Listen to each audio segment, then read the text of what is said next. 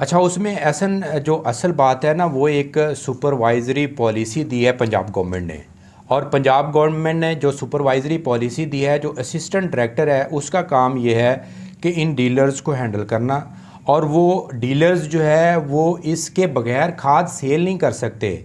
वो जो डिस्पैच आता है, मीन्स किसी भी डीलर का जो ट्रक आता है, उस ट्रक को हैंडल करने के लिए जो वो सुपरवाइजरी पॉलिसी के तहत जो असिस्टेंट डायरेक्टर होता है वो क्या करता है कि वो वहाँ फिज़िकली जाता है और उस स्टॉक को चेक करता है और फिर उसको गोदाम में जो है वो लेकर जाता है।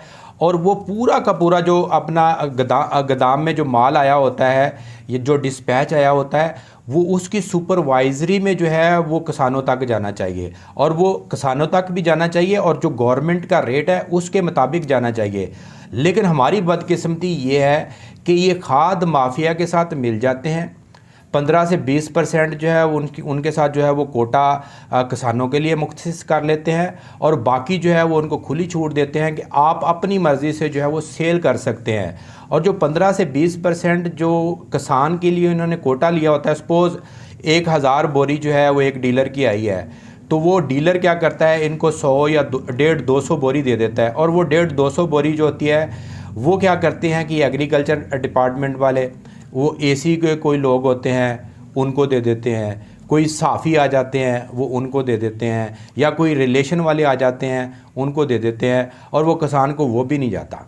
फिर क्या करता है किसान जो है वो कभी एग्रीकल्चर डिपार्टमेंट में जाता है, कभी एसी के पास जाता है, कभी किसी के पास जाता है, फिर वो दुकानदारों के पास जाता है और कहता है कि चलो जिस रेट में है वो हमें खाद दे दी जाए।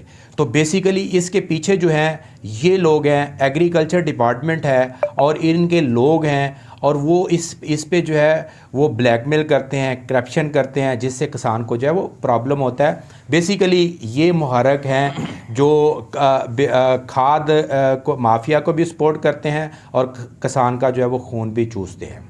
जी, आपने बहुत अच्छे अंदाज के साथ इसका आंसर दिया। आज ये बताइएगा कि इंडिया में भी किसान सड़कों पे, इस हवाले से आप क्या कहना चाहते हैं?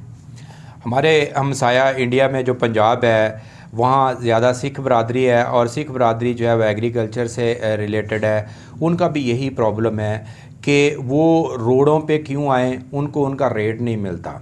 ठीक है, मिनिमम सपोर्ट प्रोग्राम है उनका 1960 से चल रहा।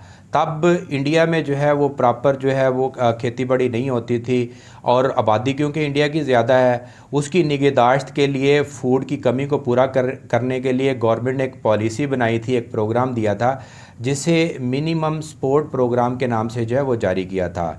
तो तब क्या होता था, जितनी भी अजनास आती थी वो इंडिया का जो अपना डिपार्टमेंट था वो एक रेट फ़िक्स करता था, और उसमें किसान के जो प्रॉफिट है उसको वो सामने रखते हुए ये चीज़ें देता था। लेकिन अब क्या हुआ है कि किसान जो है वो बहुत ज़बरदस्त उसके हो गया है, वो खुशहाल हो गया है, और इंडिया ने उस पर प्रॉपर वर्कआउट किया है। तो अब वो रेट नहीं उनको वो प्रॉपर देते, वो कहते हैं कि मार्केट में जो रेट आएगा वो उस सिचुएशन के मुताबिक आएगा कि कुछ चीज़ें कम आई हैं या ज़्यादा आई हैं, तो वो रेट नहीं उनको मिलता।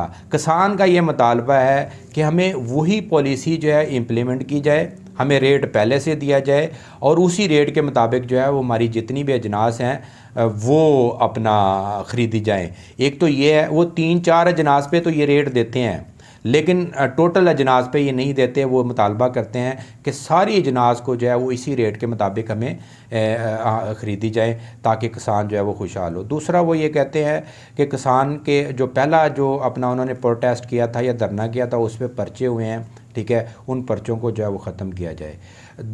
तीसरा उनका बड़ा मुतालबा ये है कि उनकी उजरतों में जो है वो इजाफ़ा किया जाए। जो किसान काम करते हैं उनकी उजरत को बढ़ाकर 700 जो है रुपीज़ जो है वो फ़ी यौमिया किया जाए, ताकि किसान खुश